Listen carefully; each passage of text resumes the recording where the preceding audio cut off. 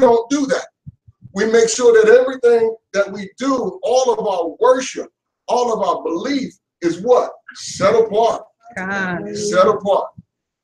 He says, he is set apart, and for his chosen people, we must be set apart. Continue. Verse 6. And you shall guard and do them, for this is your wisdom and your understanding before the eyes of the people who hear all these laws. This is your wisdom. Wisdom. You know, I have been reading my scriptures and reading the Bible ever since I was a child, and understanding the scriptures has caused me to be able to accomplish a great many things in this world. As I have gone out to lead in the secular world, I've developed my leadership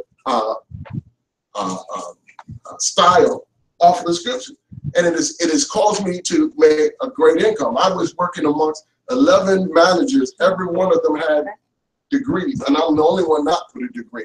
But I can work amongst them and understand and lead with them because of what I've learned scripturally. It gives us wisdom. If we use it as truth and apply it to our lives, it is wisdom. It is instruction. It is guidance to be able to accomplish a great many things. You know, now as we are going through this last day, going into this last day, we want to make sure that we are starting to separate ourselves, though, so that we can begin to hear clearly as the Most High is instructing us in this last day as to what He wants us to do. But it is wisdom in His commandments. Continue. And they shall say, only a wise and understanding people is this great nation. So all of the nations around you will look to see how you're living and to see how the Most High is blessing you and to see what you're able to accomplish. And they will say to themselves, only a wise nation, follows this command. Continue. Verse 7. For what great nation is there which has Elohim so near to it, as Yahuwah, our Elohim, is to us whenever we call on Him? And what great nation is there that has such laws and right rulings like all this Torah, which I set before you this day? What nation has all of these right rulings? I mean, you look at all of the nations of the earth and you begin to weigh what their laws are and their right rulings and how they live. And then people begin to see how glorious and how beautiful the commandments are that we are following, so much that they will desire. And this is that being that light.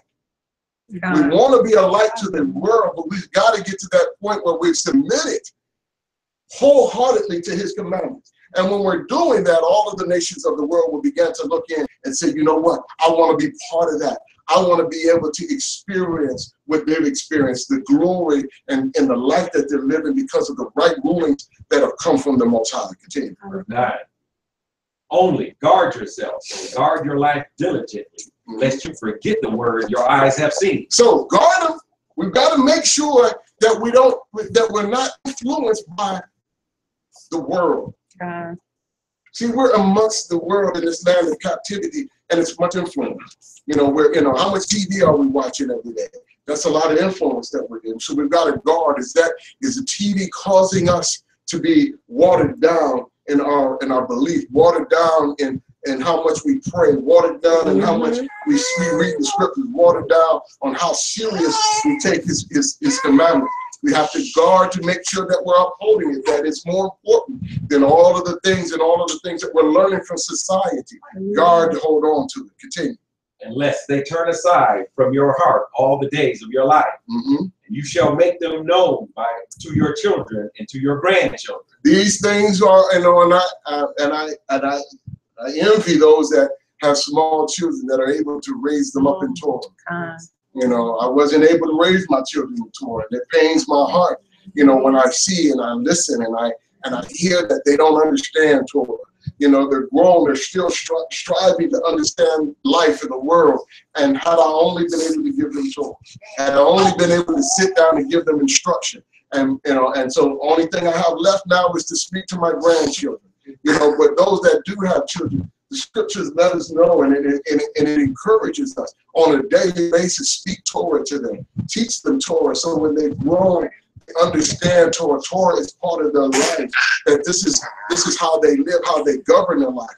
This is how, you know, when they go to make a meal, Torah is at the forefront of their mind, making sure that when they prepare their food, that they don't have unclean foods. When they're going about putting on clothing, that they're not following the latest fads of society, where men are starting to look like women and women are starting to look like men. And to understand that Torah is the forefront, that when we make agreements, when we make covenants with an individual, how we're supposed to, what we're supposed to do, how we're supposed to deal with the poor, how we're supposed to deal with those that are downtrodden, you know, how we're supposed to speak to one another. Let's speak Torah into our children's lives so that when they're grown, no one will have to instruct them concerning Torah.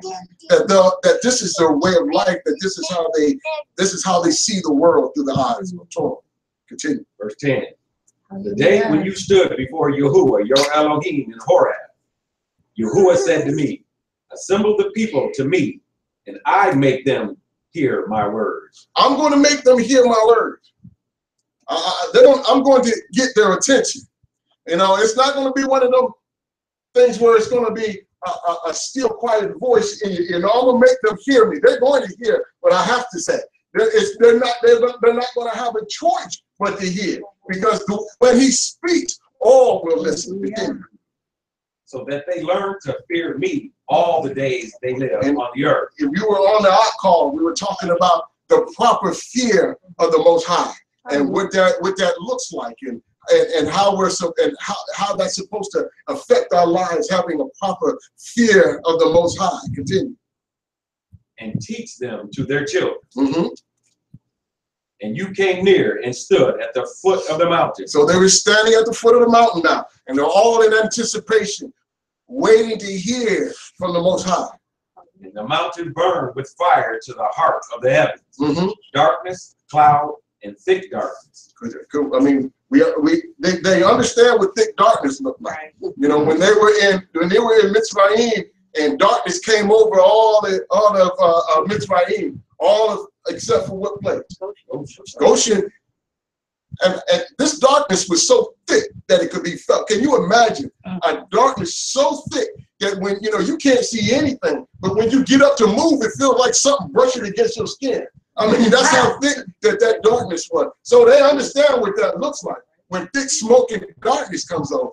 But, you know, they had a place of safety, a place that they didn't have to deal with the destruction that was being brought upon their captor, that place being Goshen. But here they're standing at the mountain, getting ready to hear from the Most High. Fire, thunder, smoke, and darkness came over the nation. Continue. Verse 12. And Yahuwah spoke to you out of the midst of the fire. You heard a voice of words, but saw no form. They saw no form. Why do you think they saw no form? Why do you think that he wasn't going to show them form? So that they make idols. So that they wouldn't make idols. Okay. So you see a form, and all of a sudden, next thing you know, everybody wants to make an idol out of that form so that they can say, I have a visual.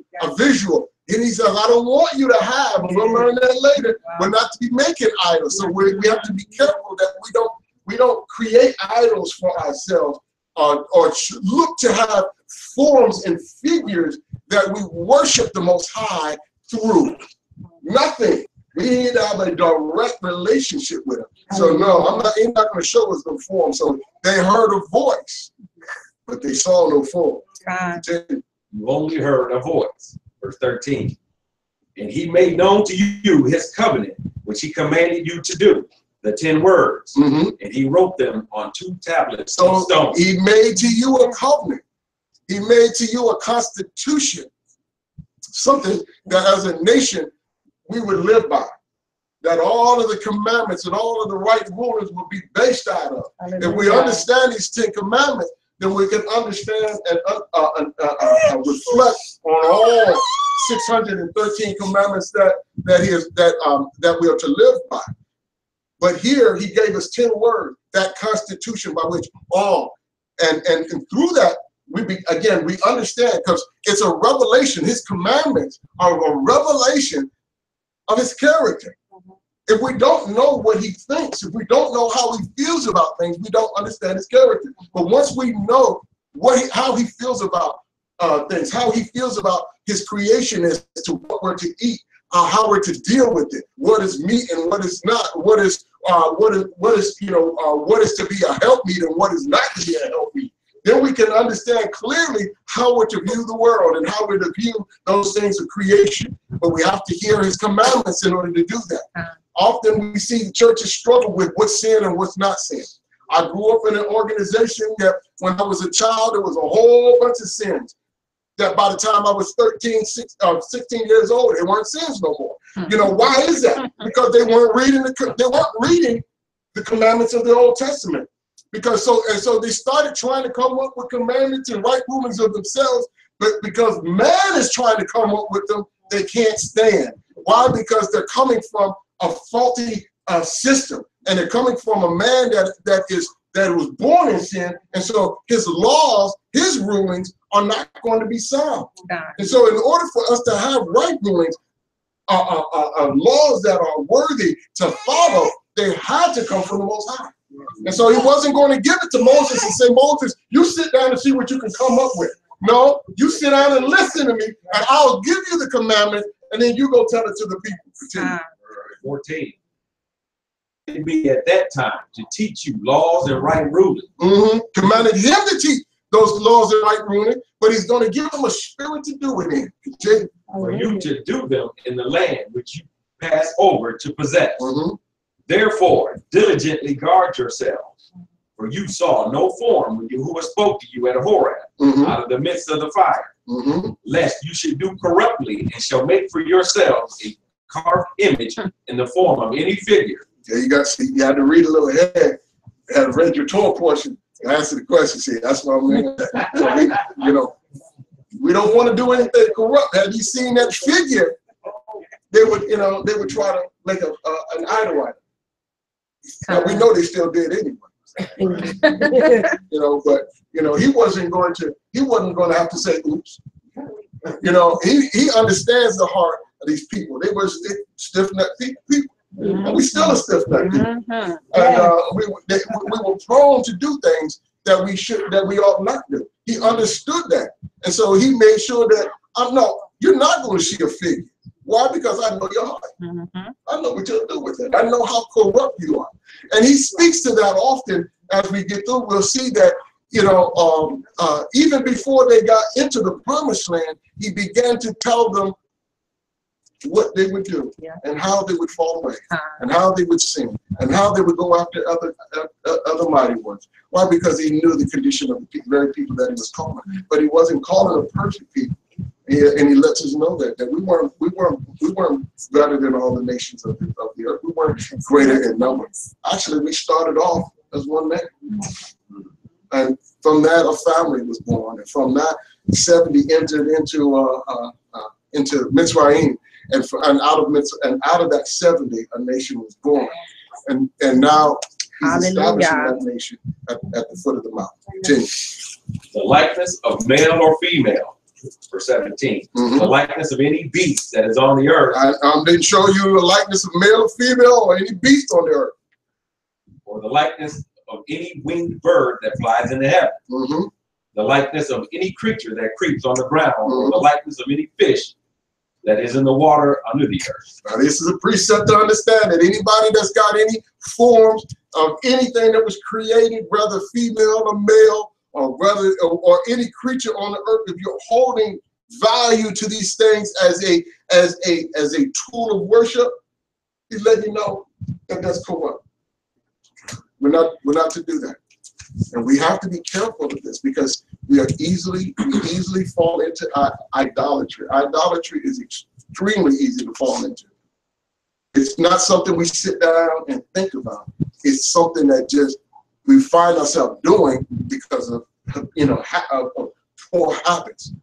Many of us, like to wear jewelry that says, Yahuwah or Yah, the word stuff that represents our nation and our kingdom.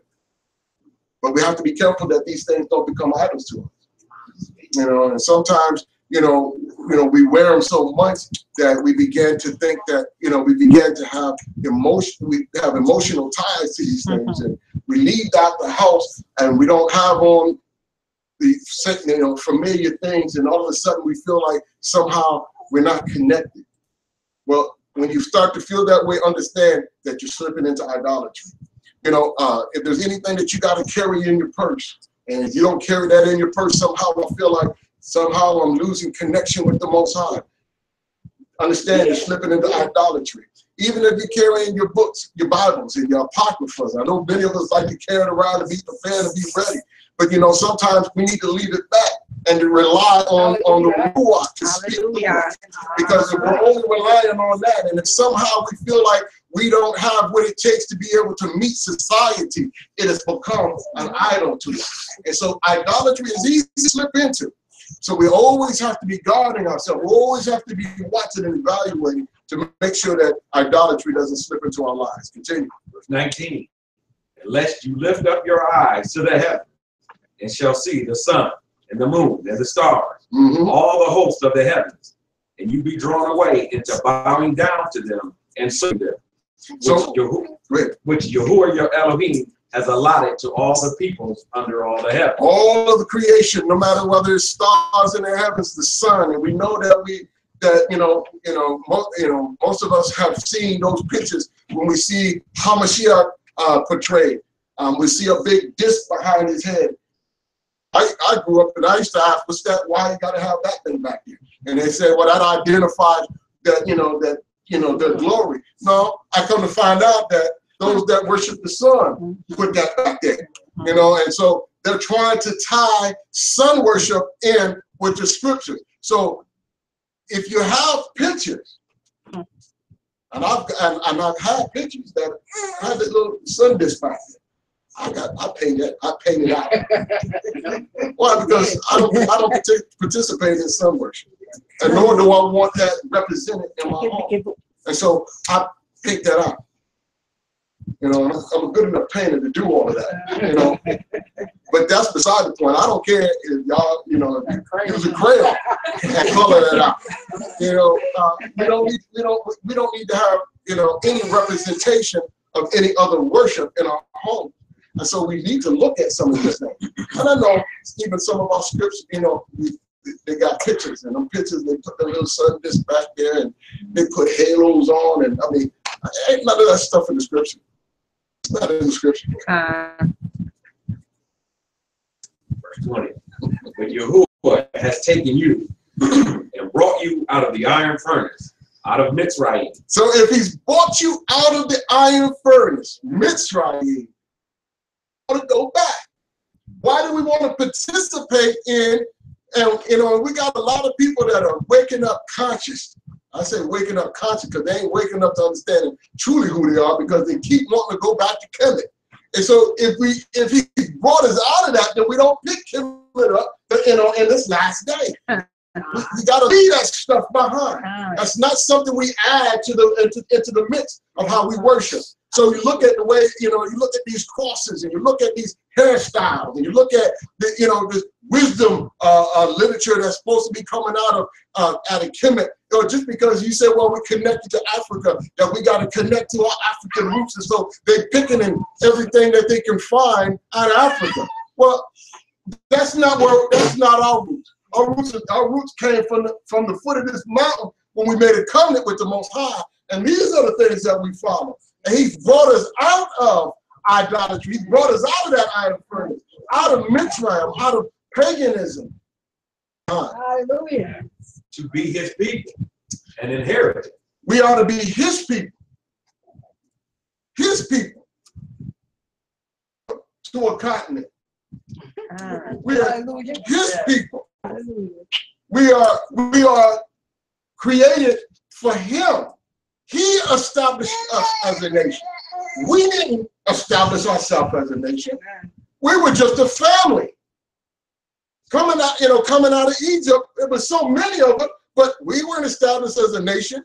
We didn't have a constitution. We didn't have laws and right rulers. We didn't have any of these things that help that established us amongst the nations of the world that identified as a people. We didn't have a land to go to.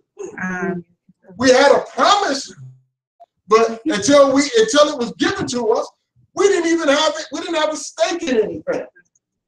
We weren't gonna come out as slaves and say, well, Abraham said that we were supposed to be going, and then we could go over there. We've been wiped out trying to do that ourselves.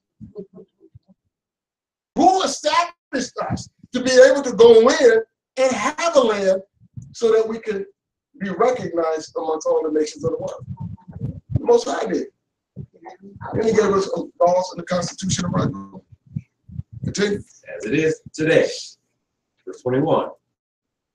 And Yahuwah was enraged with me because of your words, and swore that I would not pass over the Yarden, and that I would not enter the good land which Yahuwah, your Elohim, is giving you as an inheritance. Was Moshe ashamed?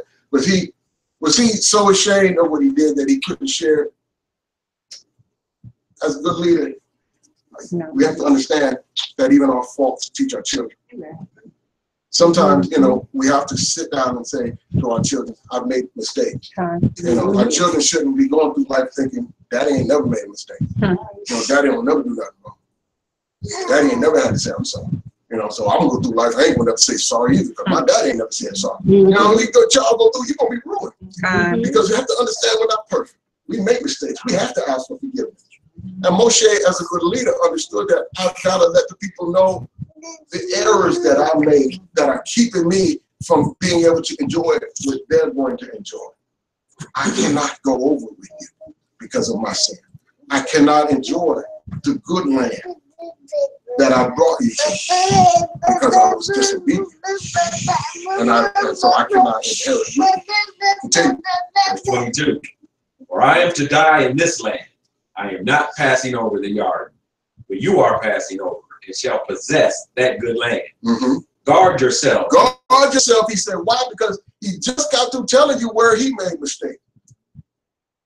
I don't want you to make mistakes, so guard yourself. Be on guard, because when I let my guard down, and I let it down one time, when I let my guard down, I did something I ought not do. And because of that, I can't enjoy the blessings. Guard yourself.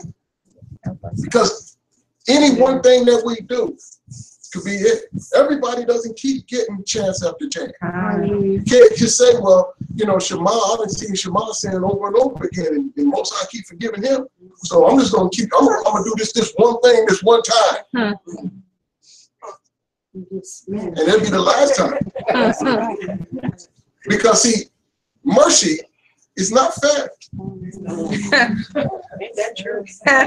Mercy is not owed to any of us. And so what mercy he shows to another, he doesn't have to show to you. He's going to show mercy, but it don't have to be to you.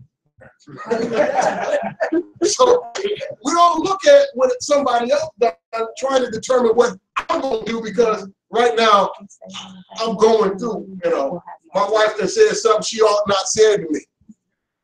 I left the house and slammed the door, and so I'm going to get her back. And so I'm going to do this one thing this one time and show her I ain't playing.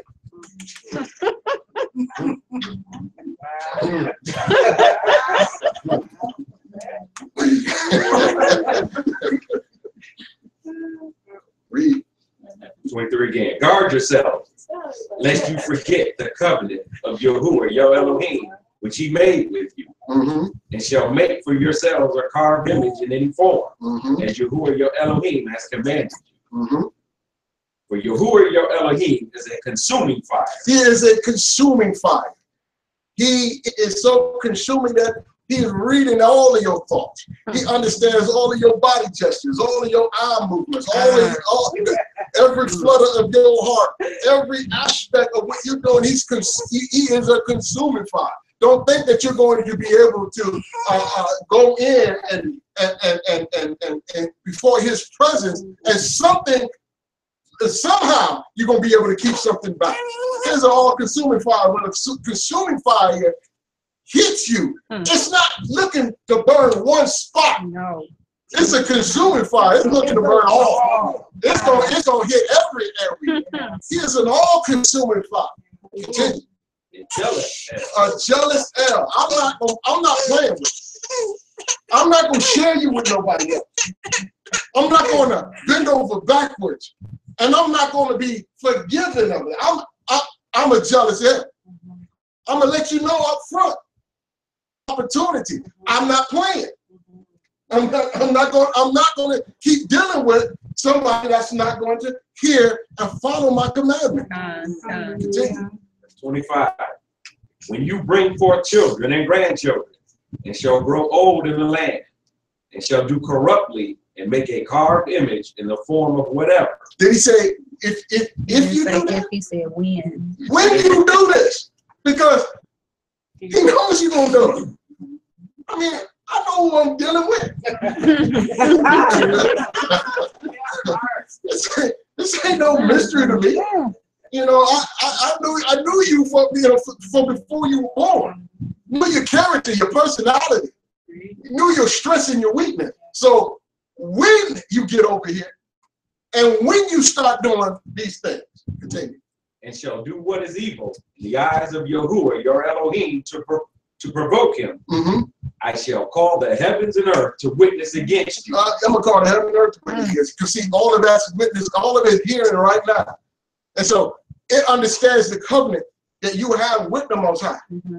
Think that you're gonna break my commands and then say, you know what, I'm just gonna plant over here and all the earth gonna be a witness to it.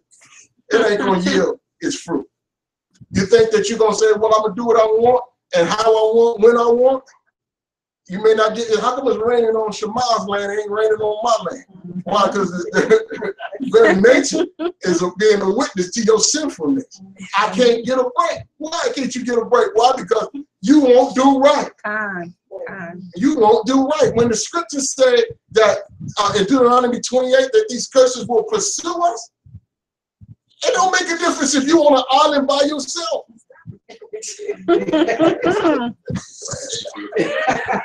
you wonder how come I can't, I mean, all these coconut trees growing and I can't grow a bean spot. I can't grow nothing. I can't get nothing out of the earth.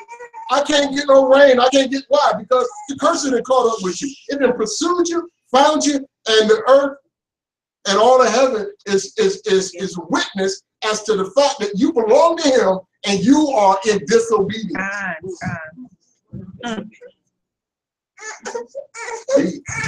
Witness against you on that day, that you soon completely perish from the land which you pass over the yard to possess. You do not prolong your days in it, but are completely destroyed. And Yahuwah shall scatter you among the people. Shall scatter you before any of them have been scattered. He said, I'm going to scatter you. This is just what's going to happen. There's going to be some prophecy concerning that. But understand, you're going to be scattered because of disobedience. But he's also going to let us know that he's not going to forgive us. And so this is why we all can gather today. Hallelujah. We are a witness to the fact that he has not forgotten us. Because he's waking us up in this very last day. Because he's preparing for that second Exodus. And he's told us that he wouldn't forget us. And so he is going to be true to his word. Even when we broke it, and our forefathers did, he's going to be still true to his word. And you shall be left few in number among the nations where Yahuwah drives you. We're never going to be the dominant group. We're still a minority. We've been in here ever since the inception of this country. We're still a minority. Continue. Verse 28. And there you shall serve mighty ones, the works of men's hands, wood and stone, which neither see, nor hear, nor eat, nor smell. Like I was saying, we get caught up in idolatry. We start worshiping other mighty ones. We start following other people's guidelines and principles and telling us what the scriptures say when the scriptures were given to us. And we're going to get to that as well. That, we are a people that the Most High called. We are a people that he spoke to. We are a people that he's put that spirit in us. We are his portion. And so when we allow ourselves to follow the heathen, and their interpretations and their understanding. And that's even why they use the word interpretation, because a Hebrew doesn't interpret the word. Right. The Hebrew follows the word. Right. We don't have to interpret. You know, I'm gonna search the scriptures out and let the scriptures tell me what it means. And so there's no interpretation. My Father is very detailed in explaining himself and giving me understanding. I'm not looking for an interpretation. I'm looking so that I might be obedient to his word, not to interpret his word. 29. But from there you shall seek Yahuwah your Elohim and shall find. So in the places that he would scatter us, he's telling us we're going to seek him. Now we're coming to that place where we're seeking him out. But because he said we're going to find him, we know that the seeking out is not going to be in vain. Hallelujah. When you search for him with all your heart. So we got to search for him all of our heart. It can't be like Christianity, where it's just on the Sabbath. It's all of our hearts, every day. Start questioning whether or not and why I want to still be part of the world. Well, if that ain't all of your heart. If I still feel a connection to this land, I still feel like I want to pledge allegiance to its ways and its flag and its law, then that's not all of my heart. Many of us can't even bring ourselves to wear a Hebrew God. Why? Because I want to. Why? Why do you want to be so connected to something that has brought about your destruction, your demise? I'm not saying we have to, because there's no laws to say that we gotta wear this. I mean, because I don't truly know all of what it's supposed to look like, but I'm doing the best I can to understand. But I want to connect with my culture, my heritage. Because why? Because I'm diligently seeking it with all of my heart. And sometimes I just gotta, you know, I got to do like when we were little kids, and we put on daddy's clothes and his shoes. I can't fit them, but because I love my Father so much and I so much want to be like him, I diligently am doing those things that I see him doing. And so when I look in the scriptures, I'm looking for how he had his people dressed. And I'm trying to imitate. I might not be perfect and I might not get it right, but I'm looking at how they prayed. And I'm saying, okay, well, the heathens say to pray like this, but I'm finding in the scripture they say to pray this way. So I'm trying to pray like that. They don't look to the east, but I'm finding my ancestors were looking to the east. I'm gonna look to the east. Why? Because I'm trying to be like that. But I might not understand it all. But like a little 2-year-old that's putting on his daddy's clothes, I don't understand. I can't even tie my own shoes, but I got his shoes on. Because I'm trying to be as much like my daddy as I possibly can. And in this last day, as I'm waking up, I'm trying to be as much like my father as I possibly can. Verse 30.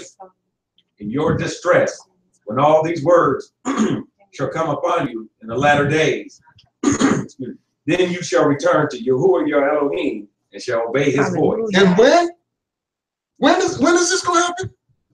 The latter days. The latter days. So at the inception, before they even crossed over the Jordan River, before they got there, he's actually letting them know and giving them prophecy of our nation for the latter days.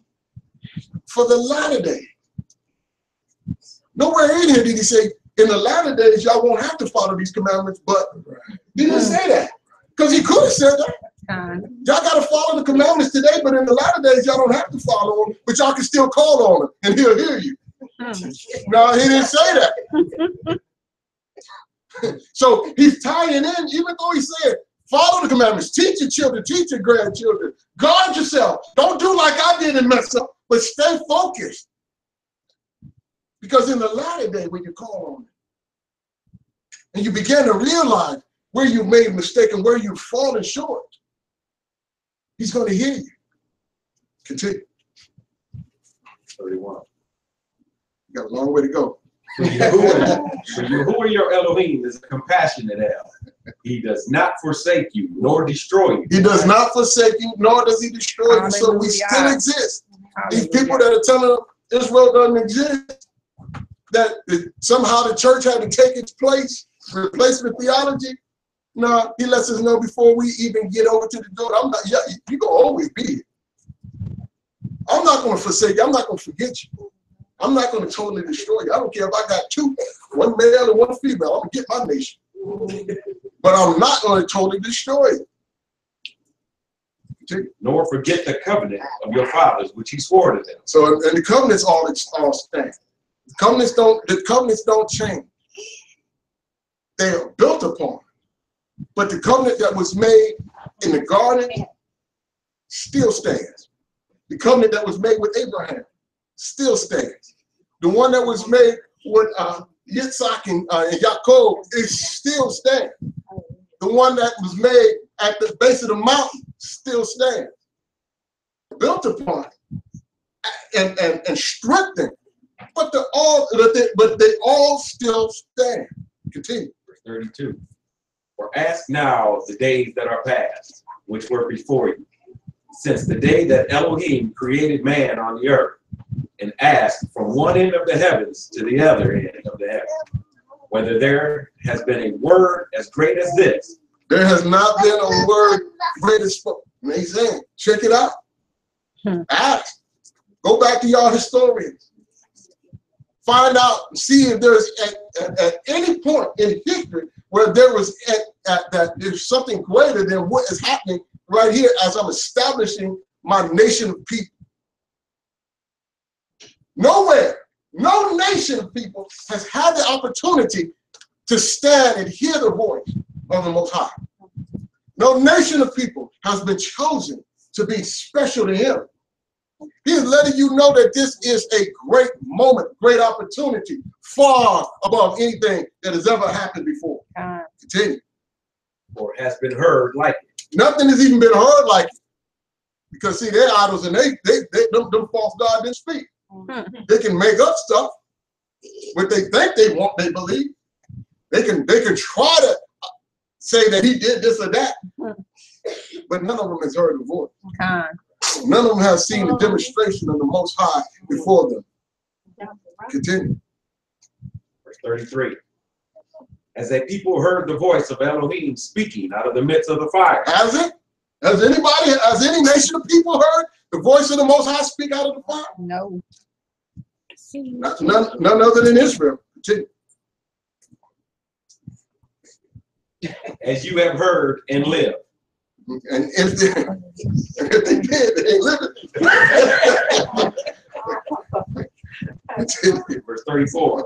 Or has Elohim tried to go and take for himself a nation from the midst of a nation by tribe? Has he ever tried to establish a nation of people? Well, and by signs. He by signs established us, brought us together, solidified it. Let us know that he is our Elohim. Continue. And by wonders, and by battles, and by a strong hand and an outstretched arm, and by great fearsome deeds, according to all that Yahuwah, your Elohim, did for you in Mitzrayim before your eyes. All these things he did before your eyes. Why? Because he's establishing you. He's letting you know that he is worthy of your worship, worthy of you to submit to him, worthy of your yes, I will do. Continue. Verse 35. You have been shown to know that Yahuwah himself is Elohim. There is no one besides him. So you've seen it. I've demonstrated there's no one other than him. We don't have to worry. We don't have to guess. When he went out, when they were in Mitzrayim, and he dealt with them plagues, those plagues were directed to their gods to let them know that they do not exist. They have no power. They have no strength. They have no deeds. They have no voice. They have no ears. They have no eyes. They have nothing comparatively to the Most High. And so as he establishes his people, they should have been able to walk out of there never ever sinning again, knowing that the Most High is true. Continue. Verse 36. From the Shamayim he let you hear his voice to instruct you, and on earth he showed you his great fire and you heard his words out of the midst of the fire. And because he loved your fathers, therefore he chose their seed after them, and brought you out of Mitzrayim with his presence, with his great power. Because he loved your fathers. He loved our forefathers. He made a covenant with them. And so he's like, all right, you know, so because of that covenant that he made with our forefathers, he's going to continue on to be true to that covenant, make a covenant with their seed that was going to last forever. 38. To drive out from before you nations greater and stronger than you, to bring you in, to give you their land as an inheritance, as it is today. And you shall know today, and shall recall to your heart, that Yahuwah himself is Elohim in the Shamayim above, and on the earth beneath. There is none else.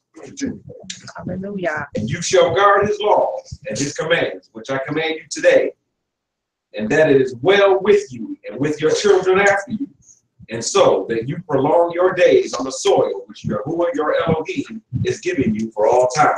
Now, how many times is he going to say, guard? God is commandment. God is commandment.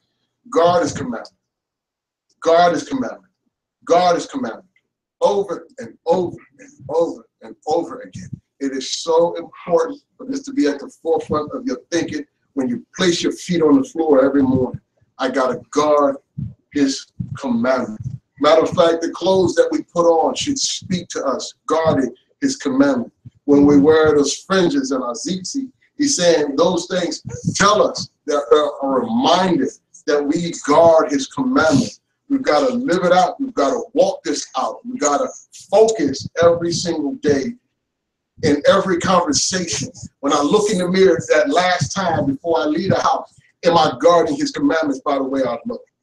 When I fix that breakfast in the morning, when I sit down and feed myself, am I guarding his commandments? When I take my Isha out to dinner, am I guarding his commandments? All of these things I've got to do. When I discipline my children, am I guarding his commandments? Guard his commandments. 41. Then Moshe separated 3 cities beyond the Jordan toward the rising of the sun, for a manslayer to flee there. He who unknowingly murdered his neighbor without having hated him in time past, and might flee to one of these cities and live. What are these cities? Betzer in the wilderness, in the land, in the level land for the Reubenites, Ramoth in Gilead for the Gadites, and Golan in Bashan for the Menashonites. What are these cities called? Cities of refuge. Cities of refuge. These are places to, when you mistakenly taking someone's life. Scriptures let us know that if you're working with somebody and somehow an accident happened, and that individual's life is taken, these are cities that you can flee to so that you're protected from the family that would otherwise take over. Cities of refuge. But you have to make sure that it was by accident. They come to find out that y'all been quarreling, been arguing, and calling each other names, and then he ends up dead. Well, unfortunately, with all of the people around you, that's that's all I see them doing is arguing. And Yisrael and Shema just couldn't get along. And Shema now running someplace, and I'm all laid up in the field somewhere.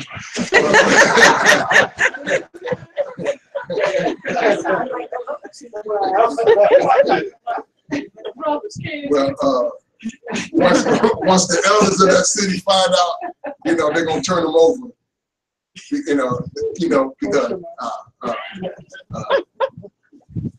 Because he has, by law, he has to die. He has to die. So, but because of mistakes, continue. 44. And this is the Torah which Moshe set before the children of Yisrael. These are the witnesses and the laws and the right rulings which Moshe spoke to the children of Yisrael after they came out of Mitzrayim, beyond the Jordan, in the valley opposite that Peor, in the land of Shion, sovereigns of the Amorites, who dwelt at Heshbon, whom Moshe and the children of Yisrael had stricken after they came out of Mitzrayim, and of his land, and the land of Og, sovereign of Bashan, two sovereigns of the Amorites who were beyond the Jordan toward the rising of the sun, from Aurora, which is on the bank of the Wadi Arnon, even to Mount Zion, which is Hermon, and all the desert plain beyond the Jordan, as far as the sea of Arabah, below the slopes of Pasar. Now, scripture say that these are the things that Moshe was speaking to the people. That all that Moshe was going to say? No, I'm not done either. Keep going to 5. Devarim 5, verse 1. Moshe called all Yashrael and said to them, Hear, O Yashrael. Hear, O Yashrael. So he wasn't done talking. I'm not done talking. We still got more to say concerning these things. And we got a lot more to say. Why? Because we still need to keep hearing and hearing. These are the things that were exhibited by our forefathers that we continuously speak concerning, continuously drilling into our hearts and our minds of our history. We are the only people on the planet that I know that are told, get over your history. But our scriptures don't tell us that. It said we need to know our history, and our forefathers made an example of that by constantly telling us our history, writing it down in a book, telling us to go over these things with our children. Even to the point where when they crossed over the Jordan, he said, go get 12 stones out of the middle and then and make little monuments. Because when your children ask you, what are these things? What are these stones here put together? You can sit there and now sit down and give them history. Our history is important. We're not supposed to get over our history. We're not supposed to forget it. We're supposed to remember it. Remember the good times, the victories, the strength of our people, the might, the glory of our people, as well as those things that were shameful, the mistakes, and those things that have brought us destruction. Continue. Hear, O Yashrael, the laws and right rulings which I speak in your hearing today, and you shall learn them and guard to do them. You shall learn them, study them, go over and over and over so that you'll know them. Continue. Yahuwah, our Elohim, made a covenant with us in Horeb. Yahuwah did not make this covenant with our fathers, but with us. Now, who understands that? What is he saying? Well, he made the covenant with the descendants of Yaakov and not prior to. So he did not make, when he's talking about their fathers, he's not talking about those that were perished in those 40 years. But he's talking about, because we know that they did make a covenant. Matter of fact, Moses and Caleb and Joshua, they're still of that generation. So they were there with that when that covenant was made. So when it says this covenant wasn't made with your fathers, what is he talking about? He's talking about Abraham, Yitzhak, and Jacob. This covenant is a new covenant that's building on what was given to them, not doing away with what they did, what was told to them, but this is built on because they were established as a nation. But as a nation of people, I'm giving a covenant now to a nation, establishing them as a people. And this covenant was not made with them, but it was made with you all, with us. This is what the covenant that we're belonging to, along with those that were made with our forefathers. Continue. Those who are here today, all of us who are alive, Yahuwah spoke with you face to face on the mountain from the midst of the fire. I stood between Yahuwah and you at that time to declare to you the word of Yahuwah, for you were afraid because of the fire, and you did not go up the mountain, saying, I am Yahuwah, your Elohim, who brought you out of the land of Mitzrayim, out of the house of bondage. So with all of this stuff going on, there's fire, there's smoke, there's thunder, the people, I mean, a lot of them struggled with being in the presence of the Most High. My prayer is that I can handle being in His presence. I asked Him to move in my heart, because I always want to hear His voice. I want to develop a relationship with Him. So, I don't want to be like them, to say that you know, you go talk and tell them. But I do understand that if that's the condition that I'm in, then I got to deal with that. But my prayer is that I can hear him and that I trust him enough, and that I know his love is intelligent. Know that even though this extreme power that is standing before me, you know, that as I hear him and as he's speaking to me, he's speaking for my behalf, and you know, and that I can stand before him.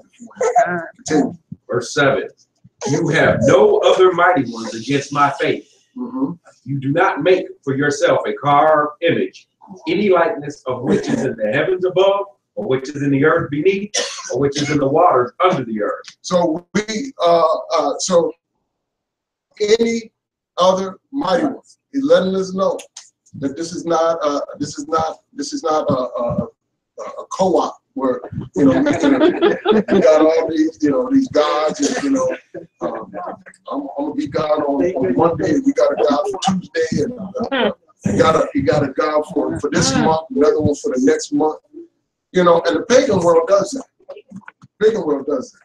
But he said, you know, I'm not sharing. I'm not sharing. I'm a consumer fire. I want everything. All of your worship. Every day, every moment, every second of your day. I'm a consuming fire. And so we are, you know, you're not to have any other mighty ones. You're not to make any graven image, because you're not going to understand him enough to be able to remotely come up with a figure. Now, it's not even going to come across your imagination as to his greatness. So don't even try to do it. Don't even try to do it. Because anything you do is going to fall so short that it's blasphemous. It's going to fall so short that it's going to be blasphemous. Verse 9. You do not bow down to them nor serve them. For I, your Elohim, am a jealous El, visiting the crookedness of the fathers upon the children to the third and fourth generation. Look, if you're doing something wrong, this is how much you despise what you've done. I'm going to make sure that it ain't passed down to none of you, down to the second, third, fourth generation. If I even see it in any of them, they're all going to be destroyed. He's a jealous El. We got to be careful what we're teaching our children. They're watching us. We want to see them blessed and make sure what all they see us do is following and being obedient to the Most High. They see you cutting corners, saying, well, I've been good for 3 months, and I just want to taste the baby just to see what you all up in Sam's Club, taste testing.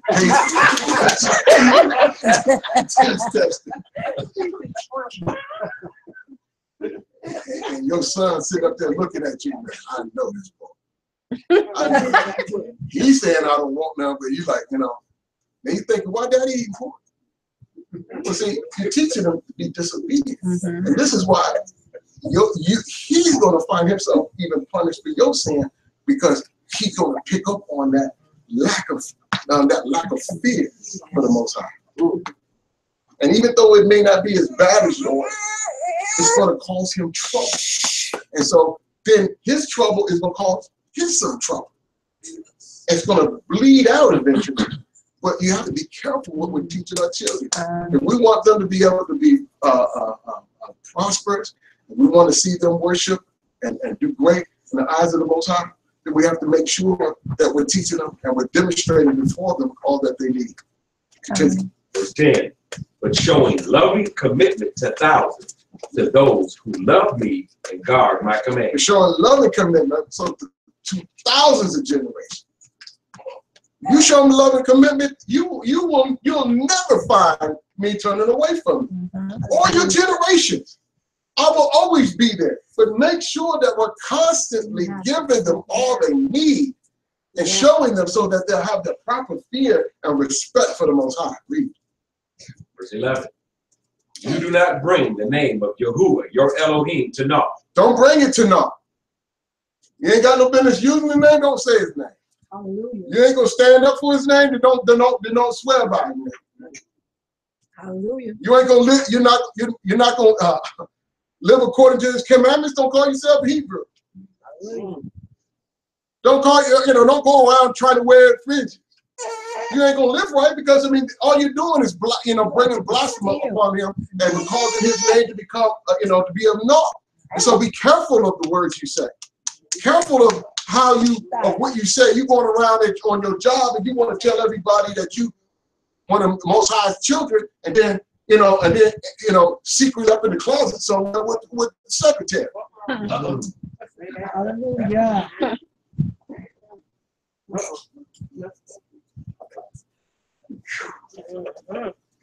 You're bringing his name up. Why? Because everybody's looking to your example. They might not believe you, but they're looking to see whether or not you're truly following and doing what the scriptures tell you to do. And when you sit up there and say, "Oh well, we don't, we follow it, but we are under grace, so I don't have to do everything." And okay, well now you're bringing you're taking away from the scripture. So you have to be careful we don't do that. For Yahuwah does not leave him unpunished who brings his name to naught. You're not going to be left unpunished. You're going to get your punishment. Verse 12. Guard the Sabbath day to set it apart as Yahuwah your Elohim commanded you. Guard the Sabbath. 6 days you labor and shall do all your work. But the seventh day is a Sabbath of Yahuwah your Elohim. Yes. You do not do any work. You, nor your son, nor your daughter, nor your male servant, nor your female servant, nor your ox, nor your donkey, nor any of your cattle, nor your stranger who is within your gates. So we got to make sure that we're not causing other people to work. This is part of following Torah. We got to make sure that it's not only directed towards us, but we live as if the world is, because the world is supposed to be shut down. If all of us are supposed to be following Torah, then nobody should be working. That means that we prepare for the Sabbath day. If you know you're going to be traveling on the Sabbath day, gas up the day before. You know you're going to be feeding folk, get in that kitchen and cook. You're going to have people over, start cleaning the house. Don't be doing all of this stuff on the Sabbath day. After everybody done left, and you say, "Wow, I'm kind of ready to just relax. I want to go out for a walk." And then we're gonna walk around the mall. Who opening the door for you at the mall? There's got to be a security guard there, right? Because it's open, and if it's open, then it's got to have some security. Well, you say, "Well, I didn't hire you." Well, if everybody quit going to the mall on the Sabbath, nobody had opened the door. But so the fact is that you are creating a scenario where somebody has to work. It might not be directly related to you, but we have to make sure that we're following and understand what the Father is called and asked of us. We don't create an environment that causes another human being to have to work on that day. If it's important and we're guarding it according to the way He said we're guarding it, nobody works for us at all. Nobody. Not a maidservant, not our children, not our animals. Continue. 14 continue. So that your male servant and your female servant rest as you do. And you shall remember that you were a slave in the land of Mitzrayim, and that Yahuwah your Elohim brought you out from there by a strong hand and by an outstretched arm. Therefore, Yahuwah your Elohim commanded you to perform the Sabbath day.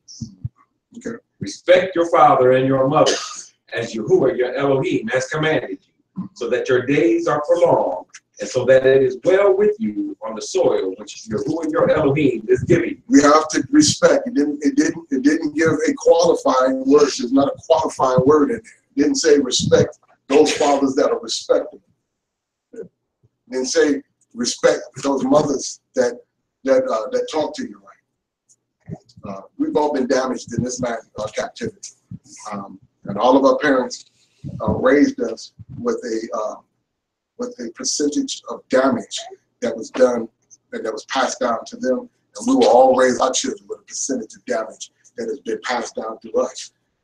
And we might not be in a place where we understand or have grown or learned enough of how to do and to speak to our children the way we're supposed to. But the scriptures say we still are supposed to respect and honor our parents.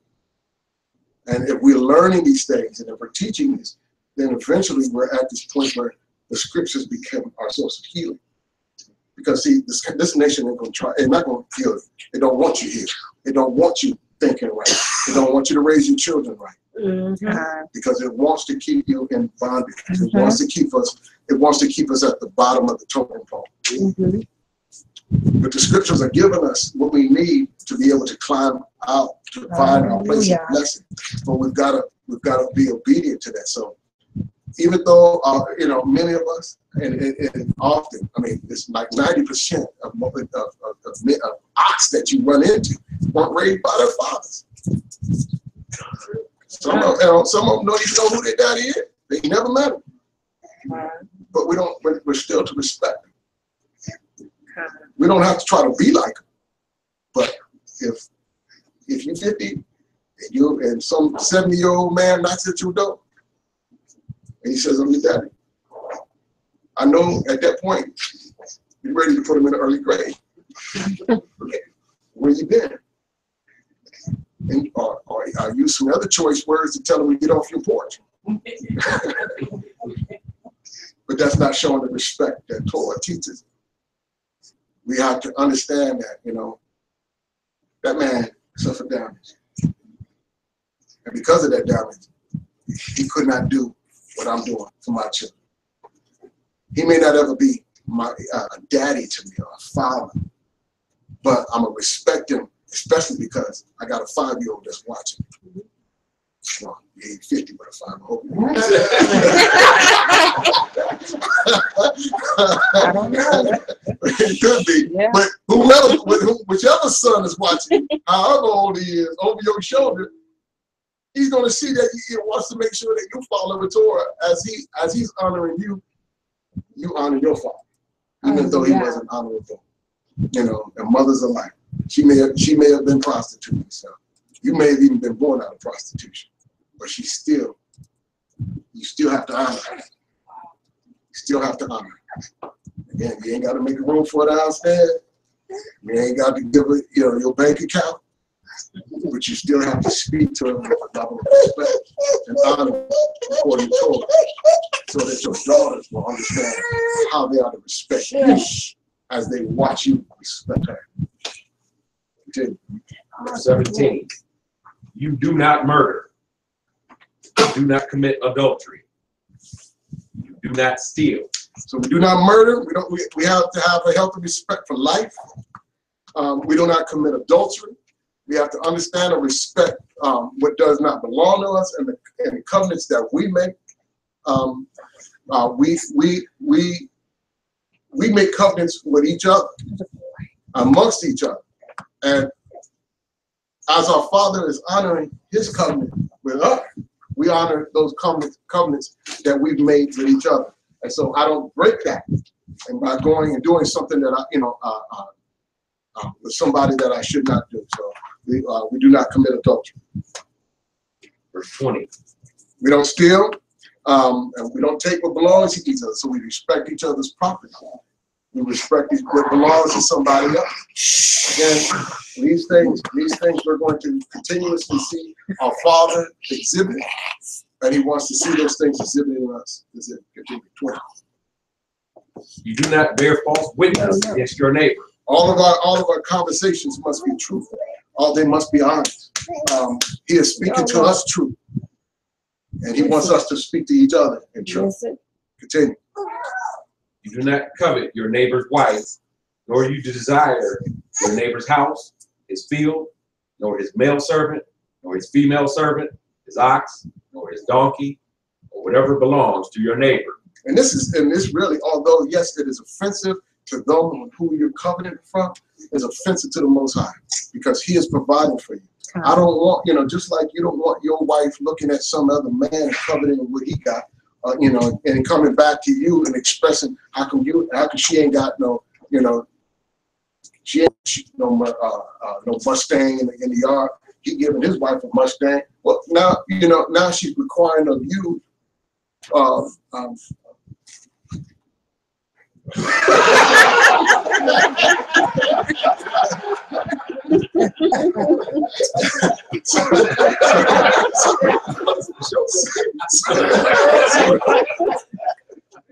the Most High is governing your life and giving you those things that He wants you to have, and we're to be content at what we have, and not for not looking at somebody else's stuff. Somebody give me water. Okay. Read. Verse 22. These words Yahuwah spoke to all your assembly in the mountain, from the midst of the fire, of the cloud, and of the thick darkness, with a loud voice, and He added no more. And He wrote them on 2 tablets of stone and gave them to me. And it came to be, when you heard the voice from the midst of the darkness, while the mountain was burning with fire, that you came near to me, all the heads of your tribes and your elders, and said, see, Yahuwah, our Elohim, has showed us His esteem and His greatness, and we have heard His voice from the midst of the fire. Today we have seen that Elohim speaks with man, and he lives. And now, why should we die? For this great fire is consuming us. If we hear the voice of Yahuwah, our Elohim, anymore, then we shall die. For who is there of all flesh who has heard the voice of the living Elohim speaking from the midst of the fire as we have, and does live? So, although they understand that, yes, the Most High has spoken to them as a people and they're living, they understand that He's consuming. And that if they keep listening and keep bringing themselves there, knowing that everything ain't always going to be right with them, that they're not going to survive. And so they don't want to keep taking chances. We made it through the first conversation, but then it came near to Moshe after that. They like whispering in his ear like, Moshe, you go talk to him, you know, because they know they are. I like I said, I like for my heart to be right. That when I'm hit with that consuming fire, what He'll see in me is a desire to serve, a desire, you know, a right fear for Him, a life that desires to guard and to live according to His commandment. But if I'm doubting that, then I'm gonna be like the rest of them. You go talk to him and tell me what he said. Continue. Verse 27. You go near and hear all that Yahuwah, our Elohim, said, and speak to us all that Yahuwah, our Elohim, says to you, and we shall hear and do it. And how did the Most High think about that? I mean, because most of us want our children to come there, but they have to understand too that, you know, I had to instruct my child not to always speak to me. Because there's certain times that when he speaks to me, because of what he has done, he's not going to come out on the good end of that stick. You know, so I told him, you know, I'm constantly telling you, fix this, don't do this, don't do that. And if you're going to keep doing that, when they arrest you, do not call me. Do not call me. So, yes, there are times with my own son, I'm telling him, don't place yourself before me. Don't call me to your rescue.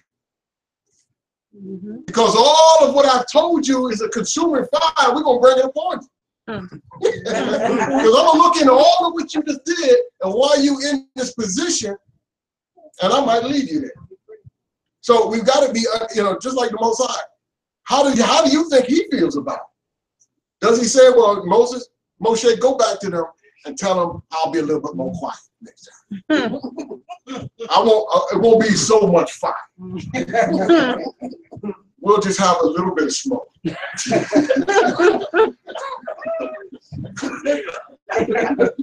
Read it. Verse 28. And Yahuwah heard the voice of your words when you spoke to me. And Yahuwah said to me, I have heard the voice of the words of this people which they have spoken to me. They have done well in all that they have spoken. Yeah, they did good. Right.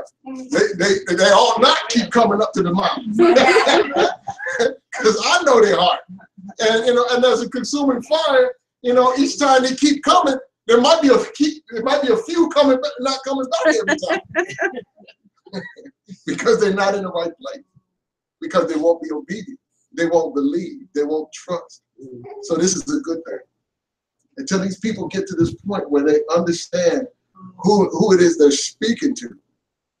Yeah, it is a good thing. What they've asked of you is actually something that should be. I'll speak to you face to face, and then you go back and teach them. Other than that, they're not going to survive. Continue. 29. Oh, that they had such a heart in them to fear me and to guard all my commands. But I would have desired them to have the right heart. I would have wished that they would have the right heart, but because they don't, it is better that Moshe is the only one that speaks. So that it might be well with them and with their children forever. Go, say to them, return to your tents. But you, stand here by me, and let me speak to you all the commands and the laws, the right rulings which you are to teach them. And they shall do them in the land which I am giving them to possess. And you shall guard to do as Yahuwah, your Elohim, has commanded you. Now he says, what again? Guard. We're going to constantly hear that. Guard, guard, guard, because that's important. So understand that no time in our life are we to not be on guard. Constantly be looking and evaluating as to how to live this and walk this walk. Continue. Do not turn aside to the right or to the left. Don't turn to the right or the left. Continue. Walk in all the ways which Yahuwah, your Elohim, has commanded you, so that you live and it be well with you, and you shall prolong your days in the land which you possess. 6.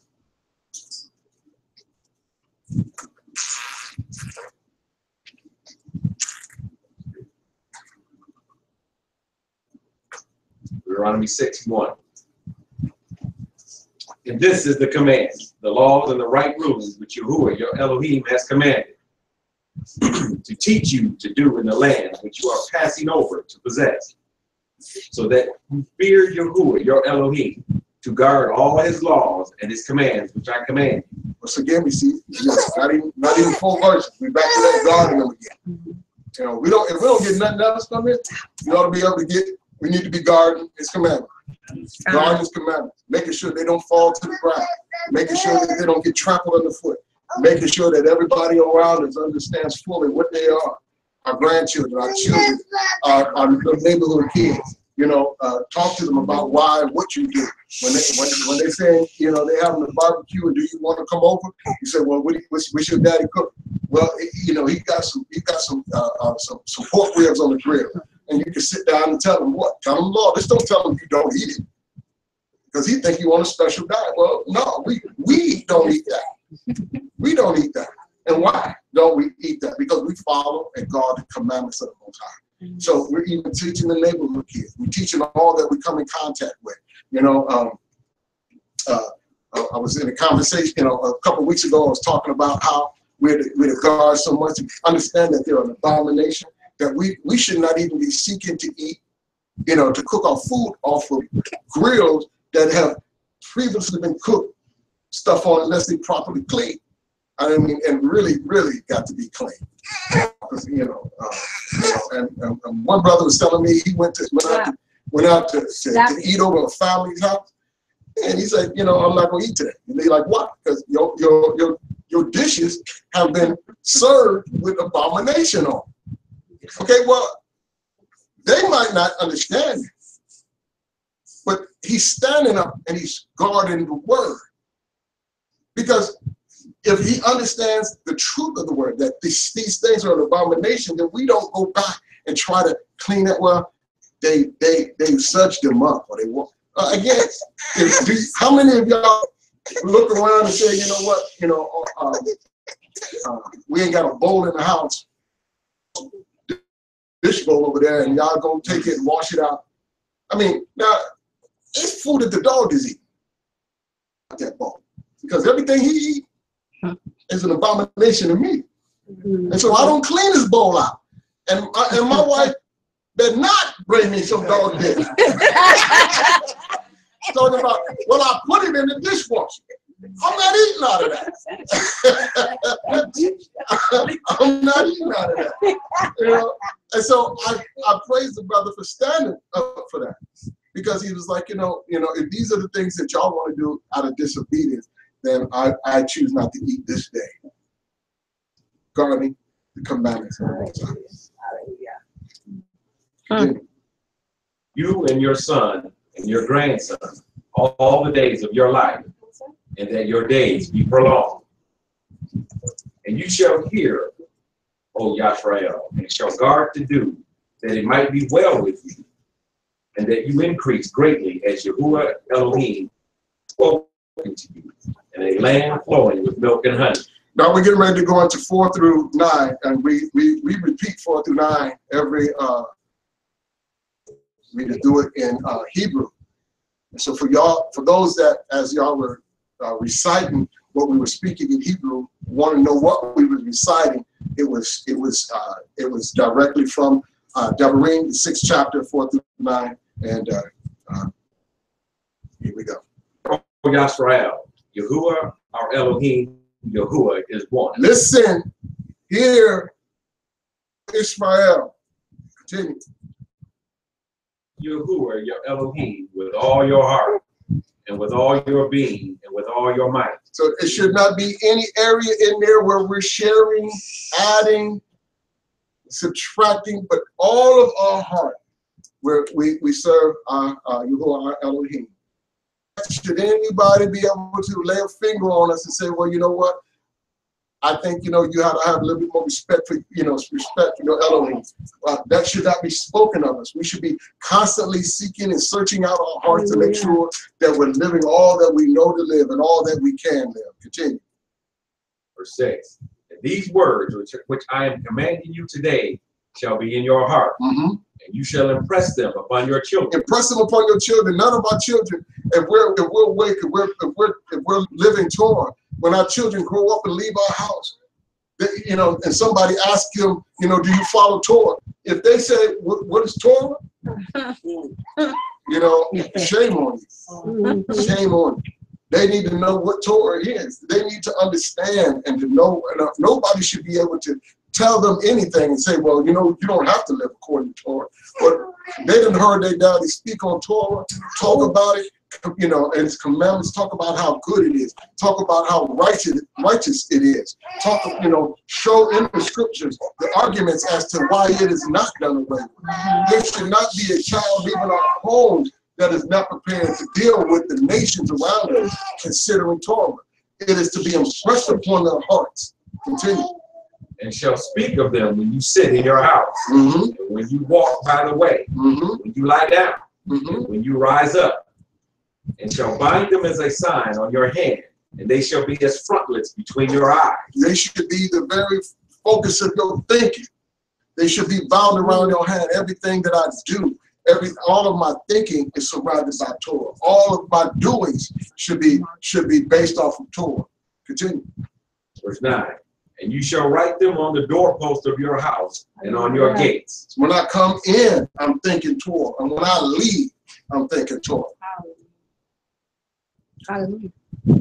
Verse 10. And it shall be, when Yahuwah your Elohim brings you into the land of which he swore to your fathers, to Abraham, to Yitzhak, to Yaakov, to give you great and good cities which you did not build, with all kinds of goods which you did not fill, and wells dug which you did not dig, vineyards and olive trees which you did not plant, and you shall eat and be satisfied. Be on guard lest you forget Yahuwah. You're on guard again. On guard, on guard, on guard, on guard. Be on guard. Yahuwah, who brought you out of the land of Mitzrayim from the house of bondage. At least we forget this day. At least we forget this day. We're not to forget. We're not to forget. We're not to get over anything understand where you came from, and understand who's bringing you out of it, and understanding how he's bringing you out, why he's bringing you out. And then you are to fulfill that role in which you've been called to, in which you've been chosen as a people. Continue. Fear Yahuwah, your Elohim, and serve him, and swear by his name. Everything that I do is to be backed up by his name. Continue. Hallelujah. Do not go after other mighty ones, peoples who are all around. We don't do Christmas. We don't do Easter. I don't care how you clean it up. I don't care what name you put on it. The scripture tells us not to be dragging trees up in our house doing stuff. We don't drag trees up in our house, decorating them and singing wild doorway around them. You know, we don't go around looking for Easter eggs. We don't go around, you know, participating in that stuff. You know, and so these are the things that the pagans do. And we're not to do these things, and we're not to get involved in these things whatsoever. Okay, we are to be a set apart people. I don't care if all of the world hates you, but when they hate you, let them hate you, and then with the name of Yahuwah pinned on the white. There you go. I hate them folk that be calling upon Yahuwah. I hate them folk that only want to worship Yahuwah. I hate them folks that only say he's the only one. I hate them folks that trying to follow everything he said. I hate them folks that be dressing like he say dress. I hate them folks that be looking like he say he want them to look. I hate them folks because they can't eat with us. You know, they act like they got to be on a special diet. That they got, you know, that they got to be different from everybody else. Yeah, that's what he said he wanted us, right? And if they said all about that, you say hallelujah. Hallelujah. 15. For Yahuwah, your Elohim, is a jealous El in your midst. Lest the displeasure of Yahuwah, your Elohim, burn against you. Then he shall destroy you from the face of the earth. Do not try Yahuwah, your Elohim. Don't be playing games. What are we supposed to do? And we're supposed to guard. We're going to hear that again. Read the next verse. Diligently guard the command. Diligently guard the command. Like I said, you don't get nothing else out of this. Guard. Keep going. And his witness and his laws which he had commanded you. And you shall do what is right and good in the eyes of Yahuwah, that it might be well with you. And you shall go in and possess the good land of which Yahuwah swore to your fathers, to drive out all your enemies from before you, as Yahuwah has spoken. When your son asked you in time to come, saying, what is the meaning of the witness and the laws and the right rules which Yahuwah, our Elohim, has commanded you? Then you shall say to your son, we were slaves of Pharaoh in Mitzrayim, and Yahuwah brought us out of Mitzrayim with a strong hand. We're going to say that we were slaves in this very nation. Whatever nation you were in, wherever you carried it, wherever nation that you were in, he scattered us all over the place, and we're slaves in every nation. But we'll be able to tell our children as we go back over where we've been and where we are, that we were slaves in the land. And we were slaves for 400 years. But by a strong hand, he brought us up. Hallelujah. 22. And Yahuwah set signs and wonders, great and grievous, upon Mitzrayim, upon Pharaoh, and upon all his household before our eyes. And he's going to do that in this second Exodus. He's going to show great signs. Great ones, as he's ripping the hands of our captors off of our necks. 23. And he brought us out from there to bring us in, to give us the land of which he swore to our fathers. And Yahuwah commanded us to do all these laws, to fear Yahuwah, our Elohim, for our good always, to keep us alive as it is today. And it is righteousness for us when we guard to do all his commands. It is righteousness to us when we're guarding to do all that he commands. It is righteousness to us. Now, when somebody tells us do we follow his commandments, to be righteous, we have to understand that we are following his commandments out of obedience, which is righteousness. Our righteousness comes in Hamashiach. When we accept what he has done, then we're made righteous before the Father. And so what we do after that is righteousness. So when we is a righteous life and a righteous walk, it is righteousness when we follow his God, guard his commands. When Abraham believed, it was said that he was righteous. And then what did he do after that? He was obedient. In those, everything that he was obedient to was righteousness. It's not where we find it. We don't go the back, it don't come in the back way. And so it's not through obedience that we find that righteousness. Our righteousness comes through our belief, and then our obedience is righteousness acted out. And so when we say we're God, it is righteousness to guard. Yes, it is righteousness to guard his commandment, because it is righteousness to be obedient to the commands and the laws and the right rules of the Most High. Continue. To do his commands before Yahuwah our Elohim. 11 more verses. And he has commanded us. 7. As he has commanded us. You got 11 more verses. We're done. Yep, 7. Arim 7, verse 1. When Yahuwah your Elohim brings you into the land which you go to possess, he shall also clear away many nations before you, the Hittites, and the Girgashites, and the Amorites, and the Canaanites, and the Perizzites, and the Hittites, and the Jebusites, 7 nations greater and mightier than you. And when Yahuwah your Elohim gives them over to you, you shall strike them and put them under the ban completely. Make no covenant with them and show them no favor. And do not intermarry with them. You do not give your daughter to his son, and do not take his daughter for your son. For he turns your sons away from following me to serve other mighty ones. Then the displeasure of Yahuwah shall burn against you and promptly destroy you. So when the Most High has put a ban on a nation, that nation is to what? Be off limits. Utterly destroyed. And we don't try to salvage anything out of that. And so we have to be careful with that, because that is not to be played with. The reason they're under the ban in the first place, because all of the nations were not under the ban. Right. But the ones that were under the ban are there for a reason. And it's because of the sinfulness of that people. And understand that their sinfulness runs so deep that everything is to be destroyed. Everything is to be destroyed. And that's no cleaning up. So we don't use the building, we don't use the vessels, we don't use the animals, we don't raise the children, we don't marry the women, we don't save nothing. It is all an abomination. It's under the ban. That's right, boy. Continue. Verse 5.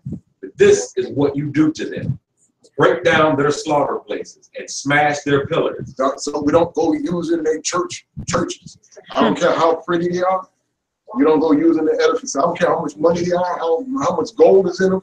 You destroy their slaughter places, their places of worship, their altars. Continue. And cut down their Asherah and burn their carved images with fire. For you are a set-apart people. You're a set-apart people. Elohim. We're not to be sharing, mingling, doing anything that remotely looks like anybody else's stuff. We are set apart. When people see us, they say we doing what y'all do, but nobody should be saying y'all doing what we do. Continue. Elohim has chosen you to be a people for himself.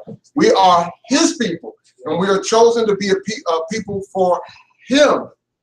Understand that. That's not like any other nation. We are to be a people for him. We don't play with that. Just like you don't play with your man. If he says that he's yours, then he's yours, right? Yeah, he don't go, well, he's mine, but he can be this for her. No, he ain't nothing to her. He's yours. My wife ain't nobody, don't belong to no other man. She ain't, and so she belongs to me. She's set apart for me. So don't go whispering in her ear how cute she is. That's for me to do. She don't go running to you asking you how her garments look. That's for me to tell her.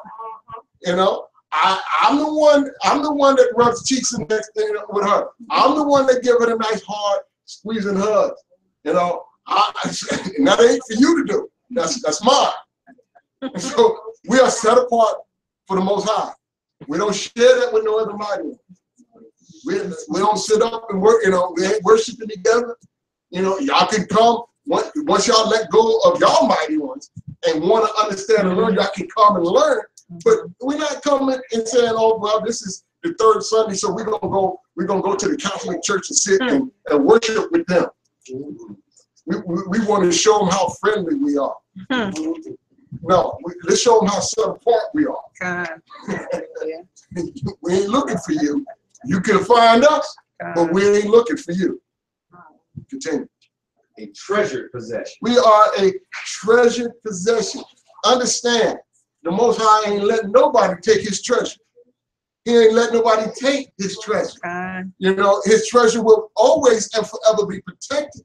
And so that's why we don't taint it, we don't mix it and mingle it with nothing else. Continue. Above all the people on the face of the earth. So because we are in covenant, we didn't say we were going to be above all the people. It's not something we asked him that, okay, well, if we're going to be your people, we need to be higher and above all the people. We didn't make any stipulation. He said that if we follow his commandments, if we would be his people, set apart, that we would be above all of the peoples of the face of the earth. That's what he said. So if that's where he wants us at, then that's where we are. You don't have to like it. You don't have to agree with it, but you will submit to it. Continue. Verse 7. Yahuwah did not set his love on you, nor choose you because you were more numerous than any other people, but you were the least of all people. So you were the least, and you weren't special. Don't go around telling people he chose us because we special. We were the most beautiful people. Verse 8. But because of Yahuwah loving you, and because of him guarding the oath which he swore to your fathers, Yahuwah has brought you out with a strong hand and ransomed you from the house of bondage, from the hand of Pharaoh, sovereign of Mitzrayim. And you shall know that Yahuwah, your Elohim, he is Elohim, the trustworthy El, guarding covenant and loving commitment for 1,000 generations with those who love him and those who guard his commands. Now, it's not been 1,000 generations since he said this. Again, can't be done away with because he's still saying that, you know, those that guard his commandments, through 1,000 generations that love him, you know, so it's going to continue on. This is something that we're, you know, it shouldn't even run across your mind that we no longer have to participate in. If we are his chosen people, set apart to him, then we'll always be living this out, always be doing this. If you don't want to do it, well, you know, I'm sorry. There's no way out. You are born in this family.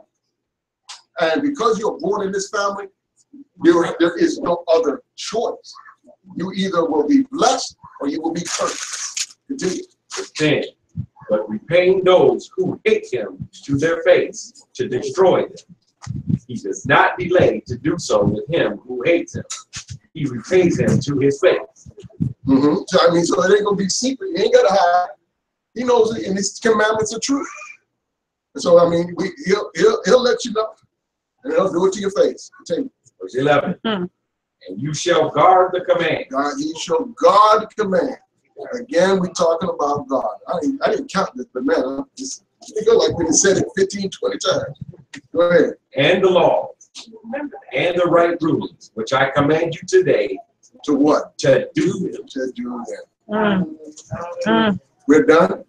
Like you say, if you didn't get nothing outside of this, God and commandments. Yeah, a lot of stuff. It should be just a lot more for everybody. Something in there for everybody. Oh, there's something in there for everybody. Absolutely.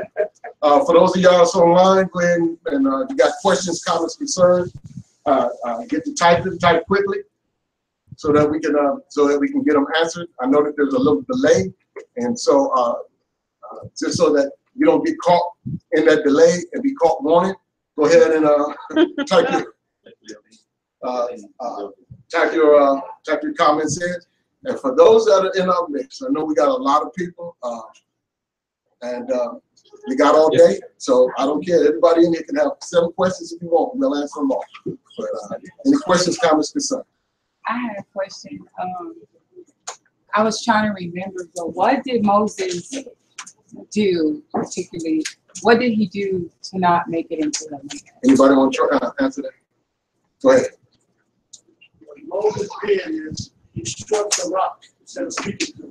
Oh yeah, right. Okay, yeah. And what do we get out of that? He misrepresented. He misrepresented the Most High. Yes. So understand. As a precept, we cannot misrepresent him. So when you stand on the street corner and you start spewing hate, and people look at your Elohim as a Elohim of hate because of your behavior, think about it. You're misrepresenting him because we are his emissaries. And so in all that we do, we have to understand that we have to represent him in the correct way. Moshe, and if we would have read the last portion of the of chapter 3, Moshe asked, he prayed and asked if he could go in. And the Most High said no. Matter of fact, I don't want to hear of this matter anymore. Why? Because he's setting a precedent. If I let you in, understand that others are going to be misrepresenting and desiring to still be blessed. But because you misrepresenting, I have to, for your future children, for their sakes, not let you into this land. Because as a precedent, you cannot misrepresent the Most High and think in any way, form, or fashion that you're going to be blessed. Yeah. So was it more like he also misrepresented and he was trying to like get the esteem from himself? He may not have been, but he is out of his own emotions. Mm-hmm. He misrepresented. Moshe was very humble man, and I don't believe he had ill thoughts or feelings towards the Most High. So he wasn't seeking something for himself, but he was because he allowed his own flesh to get in the way. He misrepresented. And so sometimes we can misrepresent, even though we're not trying to, just because we're emotional about what's going on. And just like some people on the street, we can be emotional about what we've been through, emotional about how we've been treated as a people. But that doesn't give us the right to then be not be the light that we're supposed to be to the nations. And then if you look at on the screen in verse 8, he was telling them to speak, to give them the water. But in verse 10, Moses and Aharon gathered the people, and then he started calling them rebels, telling them to hear now, and saying, do I got to fetch you to water? So that wasn't the heart that the Most High said, speak to the right, and he will give the living water that you need. Yes, but that's what he did. He went in and started calling them rebels, and that misrepresented the attitude that the Most High was toward the people. Yes, sir. And also, he was taking credit for doing what I was going to do. Because he said, must we fetch you water out of this rock? You're not bringing the water from the rock. I've been doing it. Yes, ma'am. Also, when he struck the rock, you could say his countenance fell. Where have you heard that before? In Bereshit? Yes. So when we let our anger take over and we do things out of anger, we do things that we later regret. So Abel and Cain, his countenance. That's right. Why has your countenance fallen? Yes, sir. And sin lies at the door. That's right. Not only did he hit it twice. We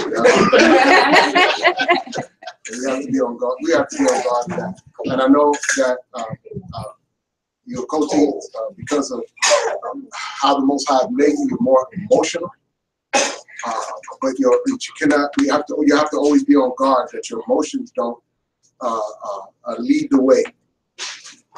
You know, Torah still has to lead. Being obedient still has to lead. Even though it doesn't line up with how you're feeling and your own personal desires, Torah has to lead the way.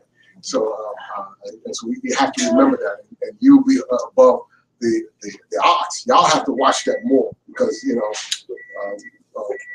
we're not so given to our emotions, although we do have emotion. You as a coach are given to more emotions more so than we are. So you always have to be on guard.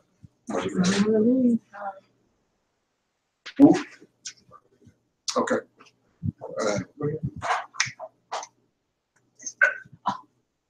Question from online. The question was, so if we misrepresent and repent, how does that apply to us today? We can, as long as he hasn't we haven't fallen into judgment. We still have an advocate with the Father, but we have to be careful. Like I was saying earlier, mercy is not due any of us, and so we can misrepresent and have a stroke. You might still be alive after stroke, but your mind ain't working. You know, you don't even know to ask for forgiveness after that, and now you've been judged and stuck and caught in your sin. And so we don't ever want to get to that place where we're doing, you know, because if we, you know, it's going to destroy all of the good that we've done. Sin that we've done and got caught or died in the end with. So we don't play. It's not, we don't challenge or play around with the fact that we have an advocate. You know, yes, we can ask for forgiveness when we make mistakes. That's what it's for, not for planned sinfulness. You know, and so, you know, when we misrepresent, we have to understand that the scriptures required, even when they were doing sacrifices, when, you know, if you found that you did something, even though you didn't know you were doing it, you still had to bring a sacrifice, even if it was a mistake, even if somebody had to bring that to you, you were still required, because even mistakes are required before the Most High. Any other questions, comments, concerns? You have any more questions on Facebook? We had a comment on YouTube. One of the Akut said, much needed message, all praises to our Abba. Hallelujah. Yeah. That's my sister. It's important. The Most High has really placed on my heart to make Torah my passion.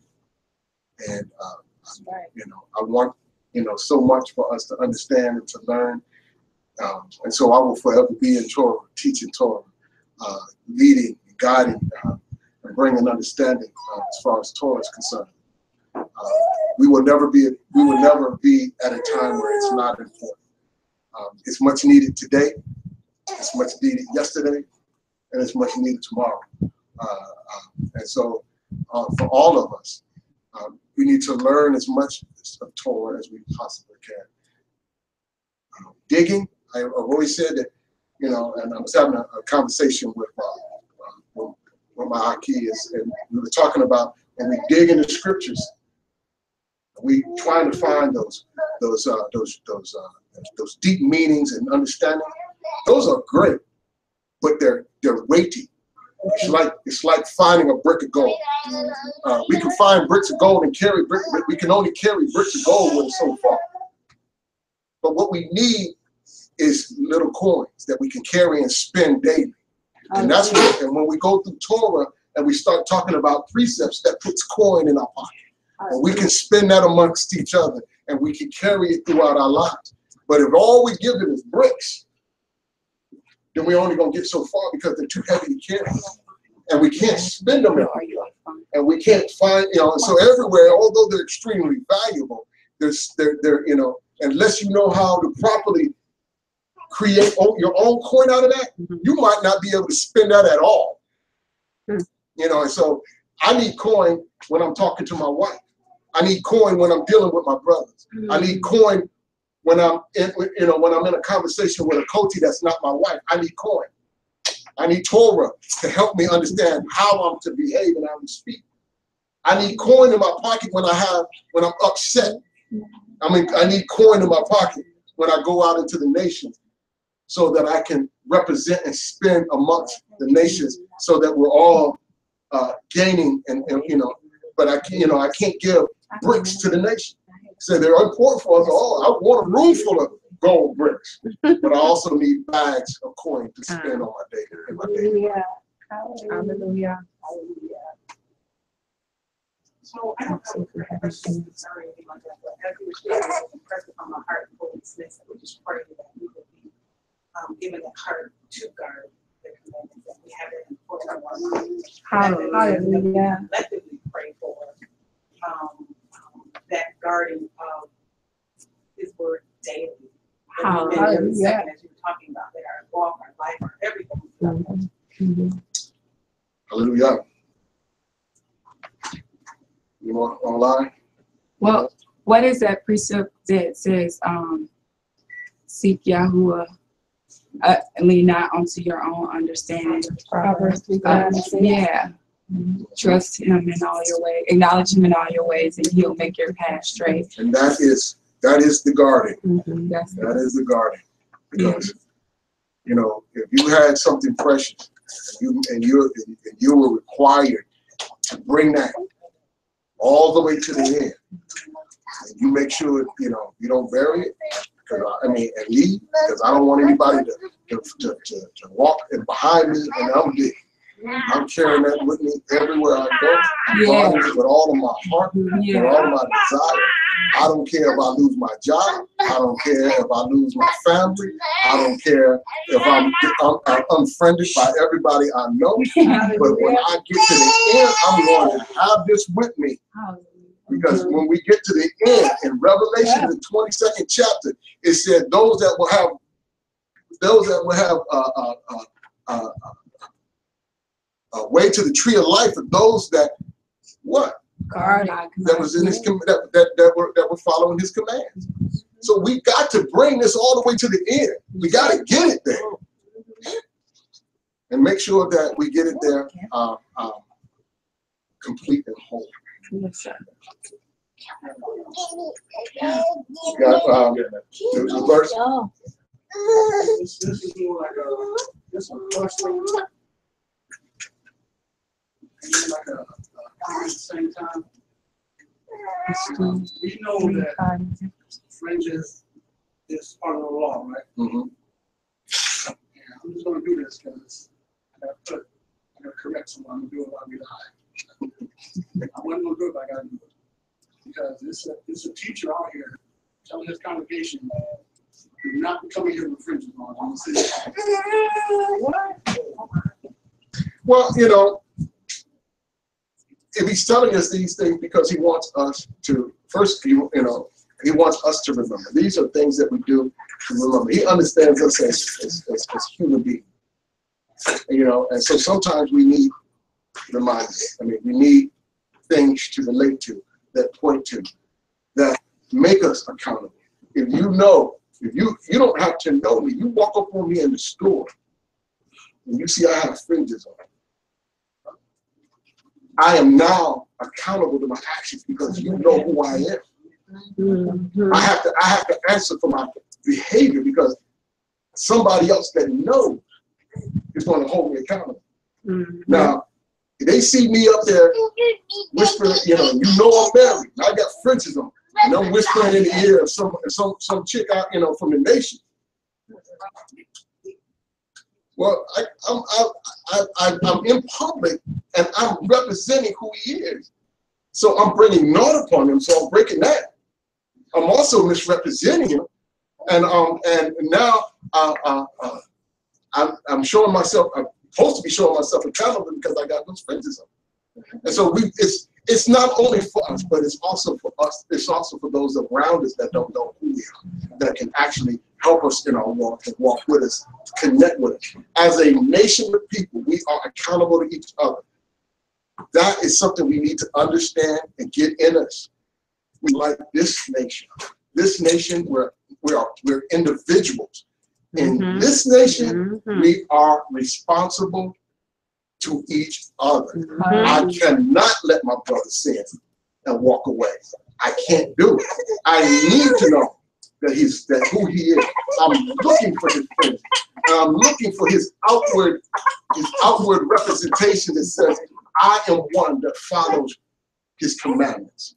And so when anybody sees me, they can come to me because I'm connected to this nation and make any corrections and say, brother, you know, you ought not do that. You ought not say that. You ought not represent that. And I need to be obedient to that. And so, and the scripture that Hazak has brought up, Numbers 15:38, speak unto the children of Yashriel and bid them that they make them fringes in the borders of their garments throughout their generations, and that they put upon the fringe, of the borders a ribbon of blue. So it's been told to us and given to us, and so these are the things that we should practice. You know,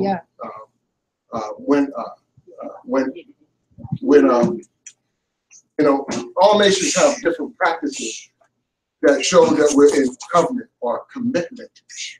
You know, and when an individual wears a wedding ring, all of the women in that nation understand that that man is in covenant with somebody else, and that they ought not approach him in a certain way. Are they not, you know, or he's behaving in a way they know that he has broken his covenant with that individual. So when we were our friends, so to teach somebody that you don't, that not to, is literally to say that, you know, you can hide. You know, we don't want to hide who we are. We don't want to put our light up on the bushel, but we want to show the world. So if the scriptures tell us to do that, then we do it. You know, well, you know, what I say to that is that, you know, often, like I said earlier, some of us don't want to represent out openly because of our own personal fears. But we've got to deal with those fears and that lack of belief. But that's something also that we should not be dragging others in. If I'm afraid of what the world is going to say to me because I represent something that's different from what they want to deal with that. But I don't need to try to gather in as many people as I can to cover my own fears and tell them not to respond in the way that the scriptures tell them to do. And so we always have to check our hearts and our minds as to why we say what we say. Why would you say we don't have to wear fringes? Why would you say that? You know, is there anywhere in the scriptures that tell us not to? That we don't have to. Did Hamashiach wear fringes? You know.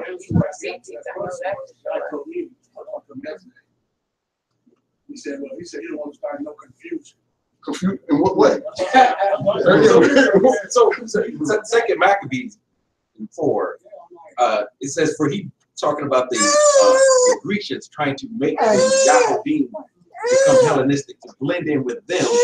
And it says, you know, for he built gladly a place of exercise under the tower itself, and brought the chief young men under his subjection, and made them wear a hat, the height of Greek fashion, and an increase of the heathenish manners, through the exceeding profaneness of Jason, that wicked wretch, and no high priest. So they were getting them to come away from being Yahudim and to put on Greek fashion, being a Yahudi, not to wear fringes, not to do the feast days, not to do. So when we start saying we don't want to do what we do as Hebrews, to start looking like the nation, there's a purpose to make us come away from our laws, statutes, and commandments. Because the reason why we are to wear the fringes is to help us remember to guard the commandments. Right. You said that was second Maccabees 4 and what? Verse 12. That part is 12 and 13. I also heard that they said that one Aki said that the reason for to wear the fringes is because they still rebelled. Well, it's even not, well, like just because somebody cheated on their husband is that they say, well, because other people aren't honoring their commitment, I'm not even going to get a commitment. Right. I mean, you know, you don't sin because somebody else sinned. Right. You don't lessen or cheapen a command because others would refuse to follow. I receive that. I want to be, if none of y'all want to follow this command, I want to be the one too. I always want to be in that remnant, you know, and if nobody else wants to follow it, I'm going to follow. You know, and so I'm not concerned about what, you know, what brought my, you know, I'm not concerned with the attitude that my forefathers had in the sense that they did not want to follow the commandments. I want to fix that issue. So I want to, you know, and if we're in this condition because they refuse to do right, well, as I'm coming into the understanding that I'm supposed to guard, then I'm going to do everything that I can to guard and live according to those commandments. You can pre-treat it before you wash your hands. You'll pre-treat it before you wash your hands. Well, we've definitely had a long servant. I don't apologize for that. Apologize. You know, I just love. Wonderful. I love our time together. We got hours still left to spend with each other as we continue to fellowship and to break bread together. So This is my first time. Huh? My first time. Okay, hallelujah. First time. So hey, look, what you in Cincinnati? But we go enjoy each other's fellowship, continue on with the Sabbath. And so thank you for all your questions, your comments, your concerns. Thank you for your patience and listening to you know, for those that really got something from the Torah portion that we read. I so love fellowshipping with warm. You know, y'all are family. Hallelujah. So That's my uncle. I want you know, my desire is to have at least 2 fellowships a month. Y'all fellowshipping up there once and we going down there once. That's twice. That means half the month we fellowshipping together. All right. Say not no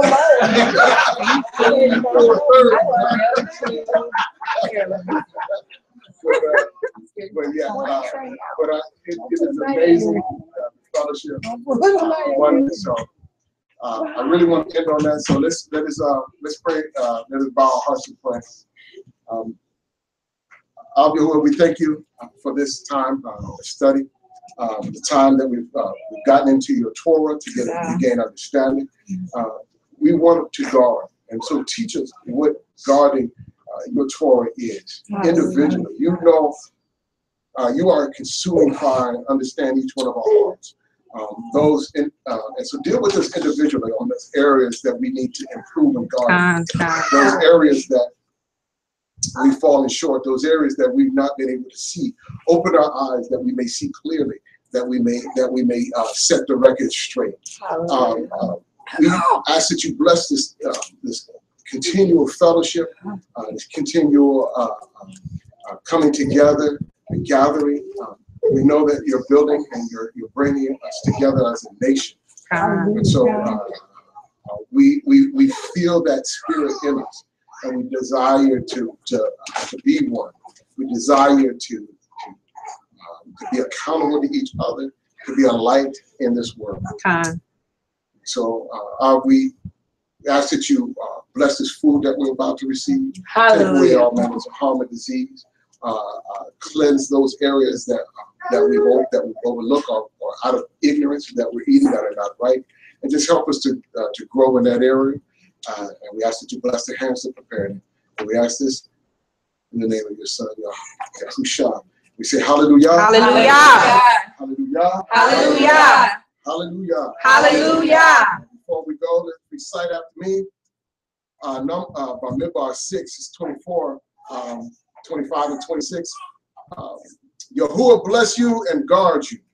Yahuwah bless you and guard you. Yahuwah make his face shine upon you. Yahuwah make his face shine upon you. Show favor to you. Show favor to you. Yahuwah lift up his face upon you. Yahuwah lift up his face upon you. Give you shalom. And give you shalom.